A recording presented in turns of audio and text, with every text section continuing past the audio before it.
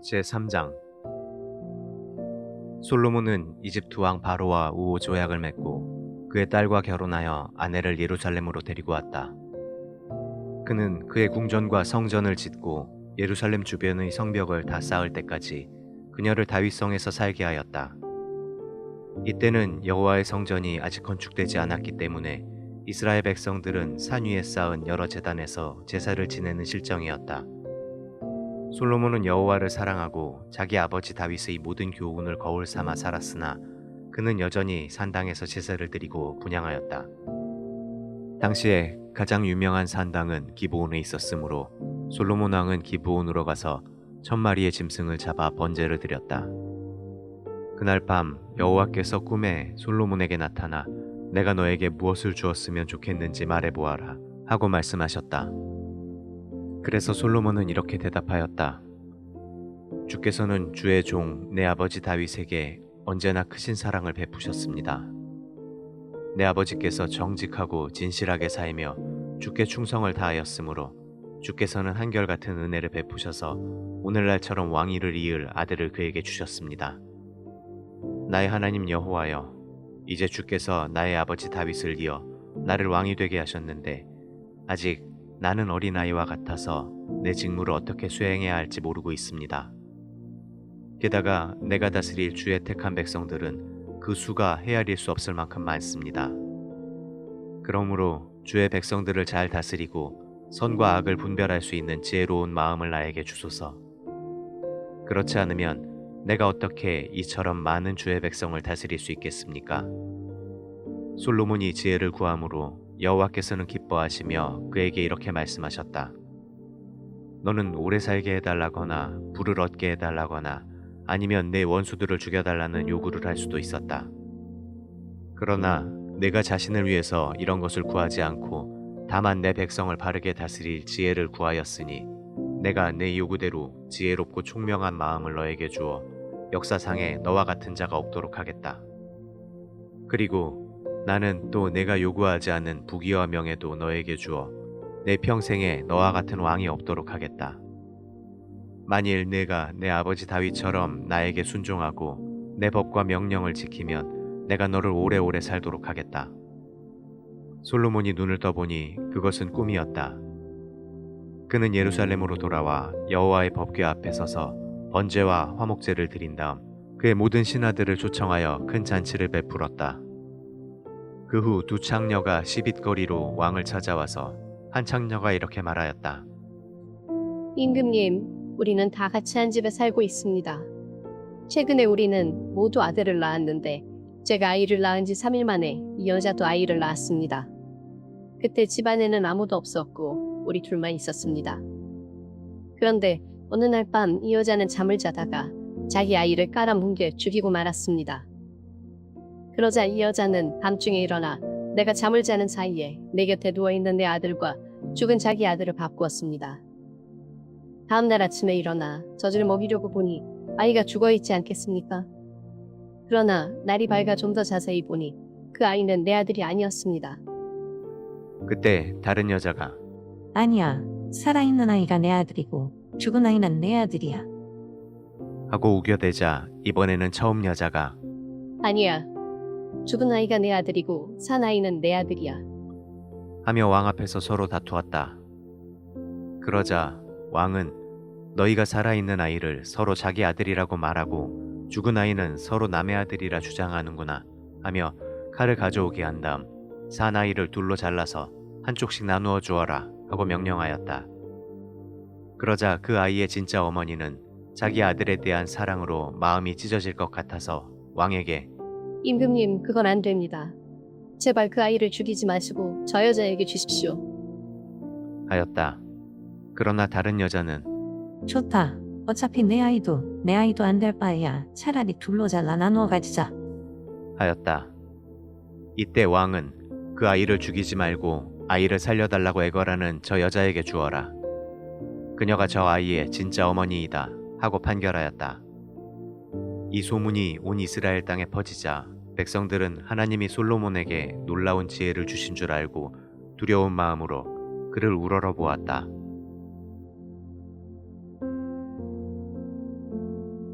제4장.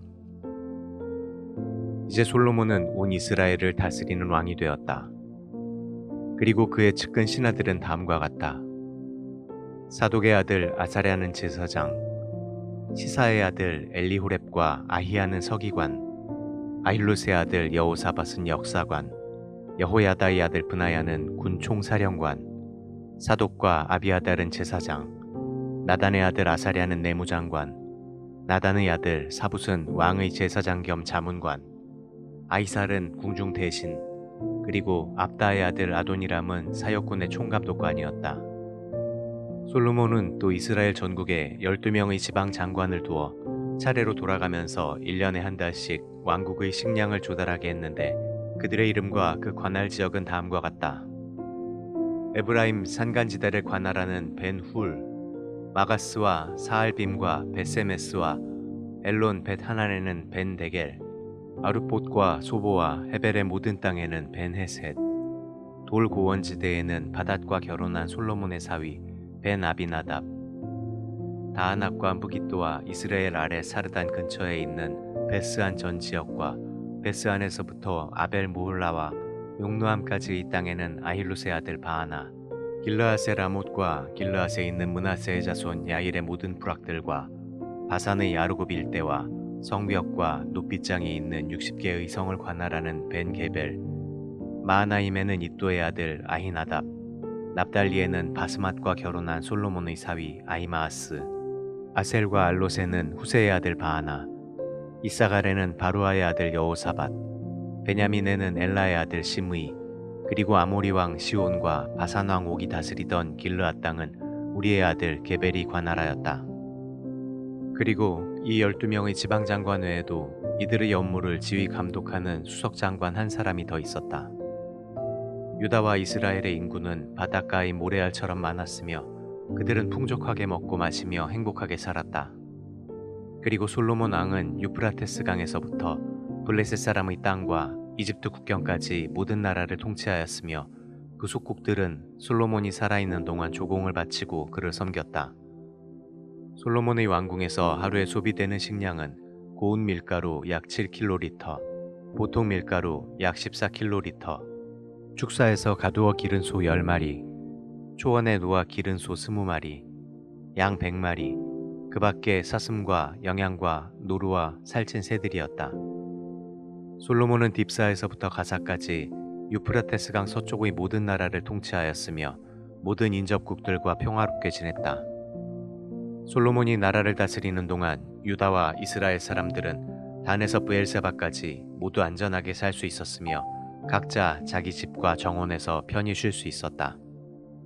솔로몬에게는 전차를 끄는 말들의 외양간 4만 채와 마병 12,000명이 있었으며 그의 지방장관들은 각자 자기가 맡은 달에 솔로몬 왕과 그의 궁전을 위해 필요한 양식을 조달하였고 또 왕궁의 말들이 먹을 보리와 즙도 공급하였다. 하나님이 솔로몬에게 굉장한 지혜와 총명을 주시고 바닷가의 모래알처럼 측량할 수 없는 넓은 마음을 주셨으므로 이집트 사람은 물론 동양의 그 어떤 현인도 솔로몬의 지혜를 능가할 사람이 없었다. 그는 예스라 사람 에단과 마홀의 아들들인 헤만과 갈골과 다르다보다 더 지혜로워서 그의 명성은 모든 이웃나라에 널리 퍼졌다. 그는 또 3,000개의 금원을 말하였고 1,005편의 노래를 지었으며 레바논의 백향목으로부터 돌담에서 자라는 우슬초에 이르기까지 모든 식물을 논하고 동물과 새와 뱀과 물고기까지 연구한 훌륭한 자연학자였다. 그래서 세상의 모든 왕들이 솔로몬의 소문을 듣고 그의 지혜를 배우려고 사절단을 보냈다.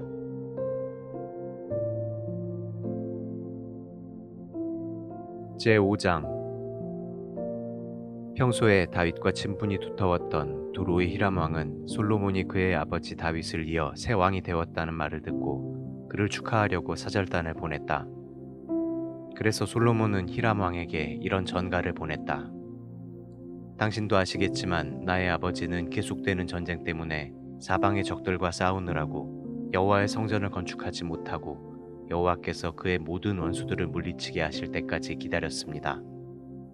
그러나 이제는 나의 하나님 여호와께서 사방에 평화를 주셔서 대적도 없고 재난을 당할 위험도 없습니다. 여호와께서는 내 아버지에게 내가 너를 이어 왕이 되게 할 내 아들이 나를 위하여 성전을 건축할 것이다 라고 말씀하셨습니다. 그래서 이제 내가 나의 하나님 여호와의 성전을 건축하려고 하는데 당신은 레바논의 백향목을 좀 베어주실 수 있겠습니까? 당신의 종들에게 명령만 내리시면 내 종들을 보내 그들과 함께 일하도록 하겠습니다. 물론 당신의 종들이 일한 대가는 충분히 지불하겠습니다. 당신도 아시겠지만 우리나라에는 시돈 사람처럼 벌목을 잘하는 사람이 없습니다. 히람은 솔로몬의 전가를 받고 무척 기뻐하며 여호와께서 다윗에게 이처럼 지혜로운 아들을 주셔서 이스라엘의 수많은 백성을 다스리게 하셨으니 여호와를 찬양하노라 하였다. 그러고서 히람은 솔로몬에게 이런 회답을 보냈다. 당신의 전가를 잘 받았습니다.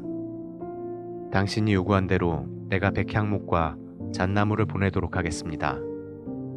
내 종들이 이 목재들을 레바논에서 지중해로 운반하여 거기서 뗏목으로 엮어 당신이 지정하는 해안까지 운송하겠습니다. 당신은 이것을 받으시고 내 소원대로 내 왕궁에 식량을 공급해 주십시오.